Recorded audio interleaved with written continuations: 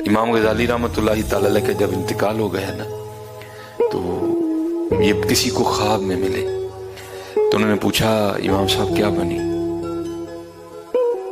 माफी मिल गई? फरमान मिल गई। इस तरह मिली। अब फरमाते मैं एक दिन ना लिख रहा था, तो अब तो हजरत पेन आ गए ना, बॉल पेन आ गया, कहीं इकसाम के पेन आ गए। तो पहले क्या होता था, पहले कलम दवात होती थी। अब फरमाते मैं लिख रहा था, और जो मैं लिख चुका ना, मैंने उस पर एक नजर डालनी थी।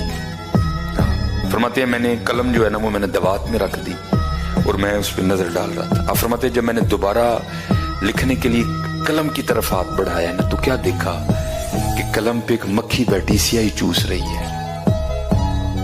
कलम पे एक मक्खी बैठी स्याही चूस रही है। फरमाते पहले तो जी चाहा नहीं उड़ाऊं इसको और लिखूं, फिर कहा नहीं भाई प्यासी रह जाएगी।